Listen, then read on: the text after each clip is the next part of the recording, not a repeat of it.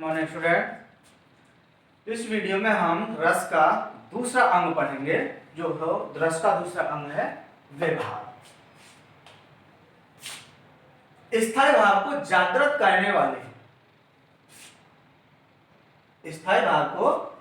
करने वाले व्यक्ति, वस्तु और परिस्थितियां विभाव कहे जाते हैं। अब विभाव के होते हैं दो प्रकार। रस का दूसरा अंग है विभाव। विभाव के दो रूप हैं या कहें दो प्रकार हैं, आलम्बन और उद्दीपन। आलम्बन विभाव क्या है? स्थायी भाव जागृत करने वाले कारण। आलम्बन क्या है? स्थायी भाव जागृत करने वाले कारण कहलाते हैं आलम्बन। अब आलम्बन के भी दो रूप हैं, आश्रय और विषय। आश्रय क्या है? जिसके मन में स्थायी भाव जागता है।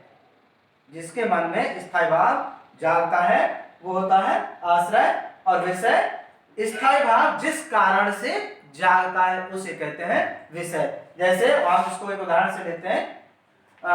आश्रय और विषय को, परशुराम को देखकर लक्ष्मण के मन में क्रोध जागृत हुआ। परशुराम को देखकर लक्ष्मण के मन में क्रोध जागृत हुआ, तो इसमें आश्रय क्या है? परिभाषा में लिखा है जिसके मन में स्थायी भाव जागता है। तो किसके मन में स्थायी भाव जागा? लक्ष्मण के मन में। तो आश्रय हुआ लक्ष्मण। और विषय क्या होगा उस उदाहरण में? परशुराम को देखकर लक्ष्मण के मन में क्रोध, लक्ष्मण जी को क्रोध आ गया, तो विषय होगा जिस कारण से जागता है परशुराम। परशुराम के कारण ही तो जाग रहा है। तो इस तरह से स्पष्ट हुआ आश्रय और विषय। अब आलम्बन का जो दूसरा विभाव का एक भेद तो था आलम्बन, और आलम्बन के दो भेद थे, आश्रय और विषय। अब विभाव का दूसरा रूप है उद्दीपन।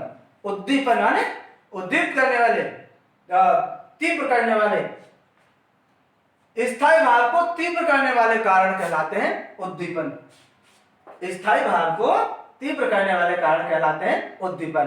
अब ऐसे हम उदाहरण लेते हैं। परशुराम को देखकर लक्ष्मण के मन में क्रोध जागृत हुआ। तो क्रोध क्यों जागृत हो रहा है? परशुराम कटु वचन कह रहे हैं लक्ष्मण से, तो उद्दीपन होगा कटु वचन।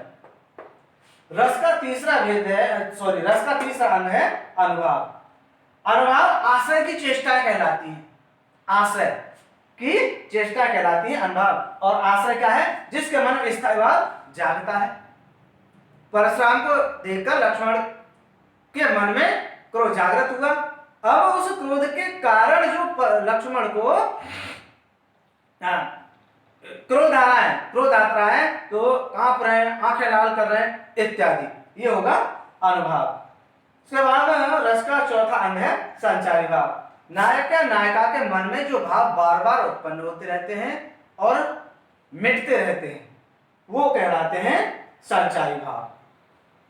नायक और नायिका या आश्रय या नायक या नायिका के मन में जो भाव बार बार बनते हैं और मिटते हैं उनको कहते हैं हम संचारी भाव। इस वीडियो में हमारा क्लियर हुआ रस के चारों अंग। अब अगली वीडियो में हम रस कितने हैं और उनके स्थायी भाव क्या है वो बताएंगे।